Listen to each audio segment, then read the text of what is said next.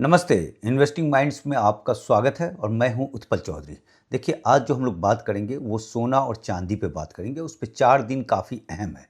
27, 28, 29, 30 और 29, 30 तो बहुत ही ज़बरदस्त है।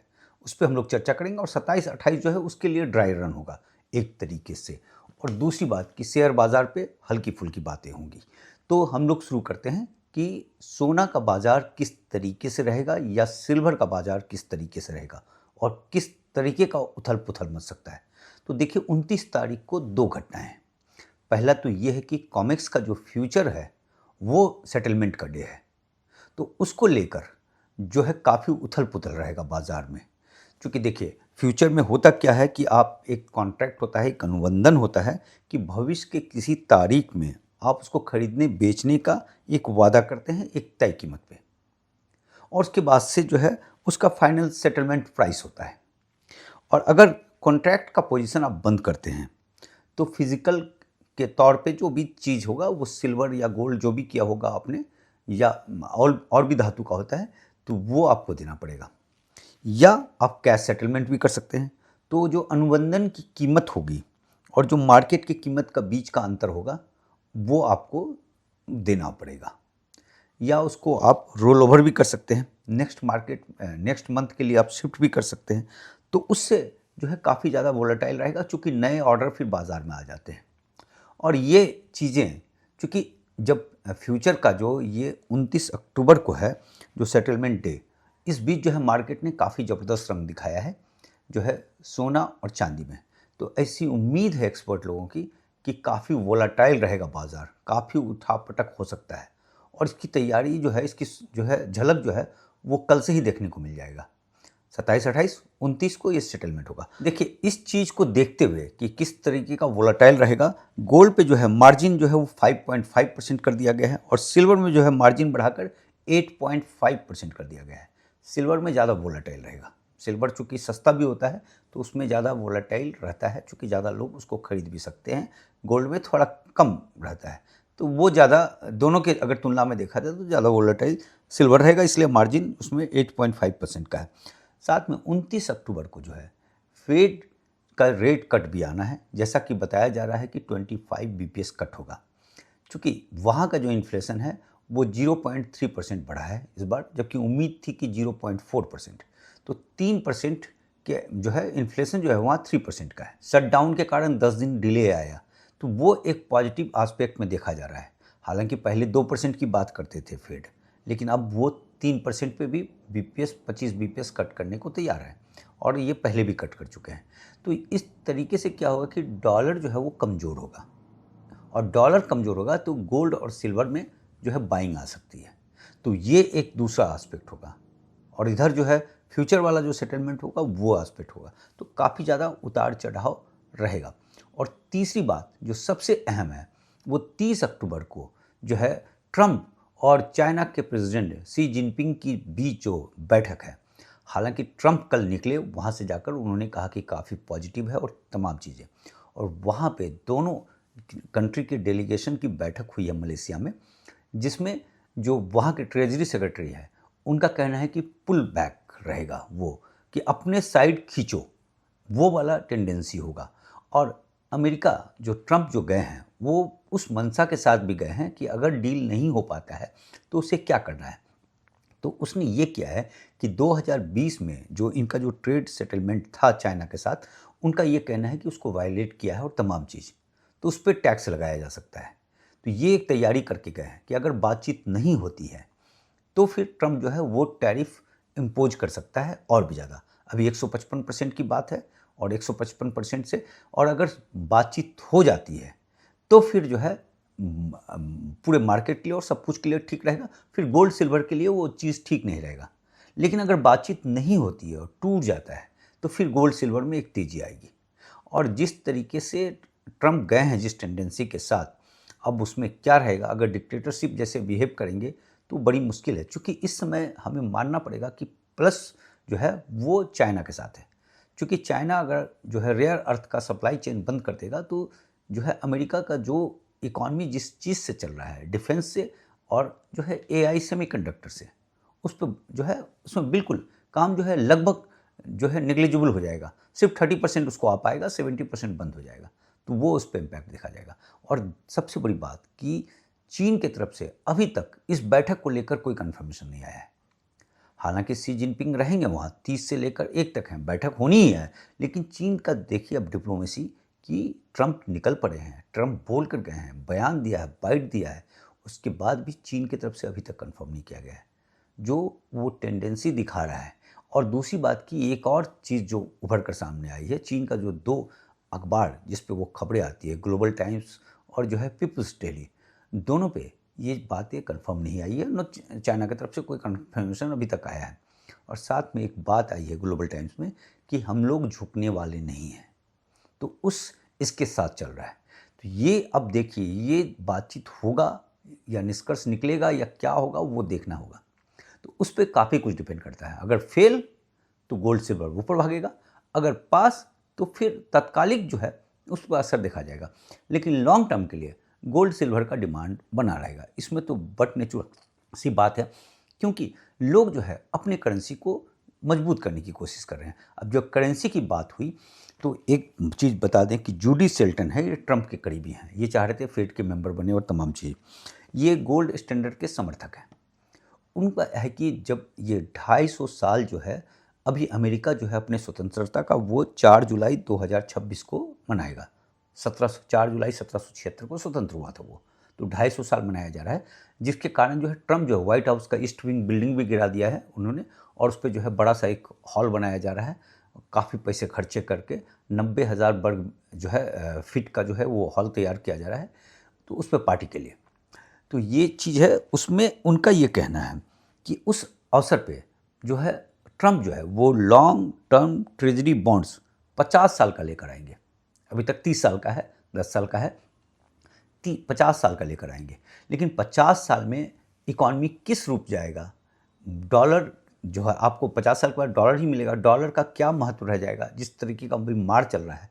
तो इसको लेकर जो जूडी शेल्टन का आइडिया है यही दे रहे हैं ट्रंप को कि उसको सोना से जोड़ेंगे, उसको ये बता देंगे कि ये वैल्यू सोना का रहेगा, तो वो उस तरह से मिल जाएगा। कि सपोज़ कि मान लीजिए कि आप उसको इस तरीके से जोड़ कर देखिए कि अगर आपका 2003 में आपकी सैलरी 53,000 रुपये थी मान लीजिए, तो उसमें 5300 जो है में 10 ग्राम गोल्ड मिल रहा था, तो यानी आपको 100 ग्राम गोल्ड पर मंथ मिल रहा था। और आज जो है अगर उसी 53,000 को अगर 10 साल के लिए बॉन्ड पे अगर हम कन्वर्ट कर देते, मान लीजिए 2022 साल हो गया, लेकिन अगर उसी 100 ग्राम गोल्ड को अगर दिया जाए इस समय, तो वो हो जाएगा 13 लाख का। तो इस तरीके से ट्रेजरी बॉन्ड्स को जो है गोल्ड से जोड़ने की बात शेल्टन की तरफ से कहा जा रहा है। अब इसको करने की भाई मंशा क्यों हुई, ऐसा क्यों किया जा रहा है, उससे जो है एक तो 2 बातें हैं कि जब ये 50 साल वाला ट्रेजरी बॉन्ड बिकेगा तो जो पैसे आएंगे उस पैसे से जो कर्ज में डूबा हुआ है अमेरिका, उससे बाहर निकलने की कोशिश करेगा। मतलब बाहर तो नहीं निकल पाएगा, लेकिन उससे थोड़ी सी राहत मिलेगी। वो चीज़ हो गई है। एक हो गया है ट्रिफिन डिलेमा, क्योंकि देखिए डॉलर जो है वो विश्व करेंसी है, वर्ल्ड करेंसी है, तो दुनिया के तमाम देशों को, हालांकि अब इसका वेटेज थोड़ा गिरा है, लेकिन दुनिया के तमाम देशों को डॉलर चाहिए होता है। तो डॉलर चाहिए होता है तो इनको डॉलर देना पड़ता है, तो डॉलर देंगे कैसे, तो इसके चक्कर में अमेरिका जो है अपना जो करंट अकाउंट डेफिसिट है उसको जो है वो नुकसान में रहता है उसका, चूँकि वो ज़्यादा आयात करना पड़ता है उसको डॉलर देने के लिए। आपने आया सामान मंगाया तो फिर डॉलर गया, और निर्यात कम है। निर्यात कम इसलिए है क्योंकि डॉलर महंगा है तो सामान महंगा हो जाता है, तो वो नहीं जा पाता। तो वो एक जो है जो ट्रिफिन डिलेमा है उसमें ये है। दूसरा कि डॉलर मजबूत रहे, और दूसरा बड़ा चैलेंज क्या होता है कि आपको डॉलर चूँकि जा रहा है आपका करेंसी, तो डॉलर को मजबूत रखना है। तो डॉलर को मजबूत रखना है तो मजबूत अर्थव्यवस्था रखना होगा आपको, तो इस पर संतुलन करना बड़ा मुश्किल हो जाता है। और जब डॉलर मजबूत रहता है तो जो सामान जाता है वो काफ़ी महंगा हो जाता है, तो उसके कारण उसके सामान का मांग नहीं है, जिसके कारण अमेरिका का निर्यात घटता जा रहा है। तो ये जो ट्रिफिन डिलेमा है इससे निकलने का उपाय बता रहे हैं शेल्टन की जो है डॉलर को जो है गोल्ड बेस्ड बॉन्ड आए, नंबर 1। दूसरी बात कि इसके जरिए क्या होगा कि डॉलर कमज़ोर होगा, और डॉलर कमज़ोर होगा तो निर्यात सस्ता होगा, निर्यात सस्ता होगा तो लोग सामान मंगाएंगे अमेरिका से, और अमेरिका से जो सामान मंगाएंगे तो फिर वहाँ पे फैक्ट्रियाँ लगने लगेगी। ये सेल्टन का आइडिया है। ट्रंप का आइडिया है कि टैरिफ लगाओ तो लोग जो है उस पर लगेगा, उस बिजनेस को नुकसान होगा तो वो बिजनेस वाला फैक्ट्री लगाएगा। लेकिन वो चीज़ संभव नहीं हो पा रहा है क्योंकि वहाँ सब कुछ महंगा है, लेबर महंगा है, ये महंगा है। जब वो सामान फिर जाएगा तो डॉलर, चूँकि डॉलर महंगा है तो वो महंगा मिलेगा, तो वो खरीदार मिलेगा कि नहीं मिलेगा। तो सेल्टन का आइडिया ये है। अब इससे क्या होगा कि जो चीज़ें हैं इस कदम से, तो ये जो है डी डॉलराइजेशन की तरफ जा रहा है। तो उससे क्या होगा कि जो लोकल करेंसी में जो लोग हैं वो अपना खरीदारी करने लगेंगे, ये कमज़ोर होगा। और इसमें दो बातें, ये गोल्ड पे ही आ रहा है चीज़ें, दो बातें। पहले कि जब वो ट्रेजरी बॉन्ड जारी करेगा तो उसको गोल्ड खरीदना पड़ेगा अमेरिका को, क्योंकि उसके पास 8300 मैट्रिक टन गोल्ड है। और दूसरी बात कि जब बाकी करेंसी, चूँकि डॉलर जब कमज़ोर होगा, डी डॉलराइजेशन जब होगा, तो बाकी करेंसी जो अभी अपनी करेंसी पे ट्रेड कर रहे हैं, लगभग 44% जो अभी लोकल करेंसी पे ट्रेड हो रहा है, 56% डॉलर पे हो रहा है। तो जैसे ही वो अपनी लोकल करेंसी पे आएंगे तो लोकल करेंसी के लिए फिर गोल्ड की ज़रूरत पड़ेगी, गोल्ड को खरीदना पड़ेगा, क्योंकि अपनी करेंसी को मजबूती देना पड़ेगा उसको। तो ये पूरी कहानी है। तो इसको लेकर ये जो चीज़ है तो गोल्ड का डिमांड बना रहेगा।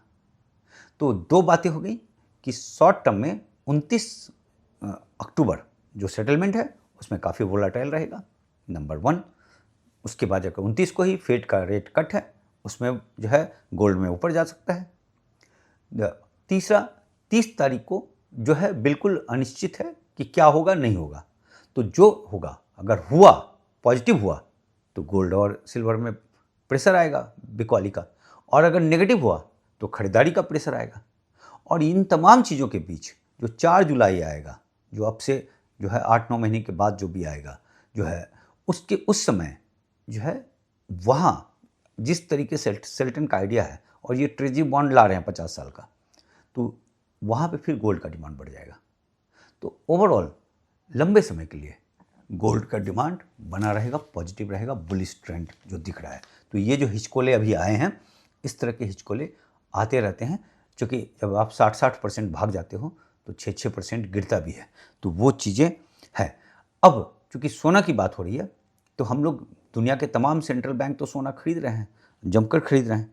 अपना आरबीआई के पास भी जो है 880 टन गोल्ड है, और ये गोल्ड जो है मतलब इधर खरीदारी उसकी तेज़ हुई है। अभी हाल में ही उसने 600 केजी के आसपास का गोल्ड भी खरीदा है।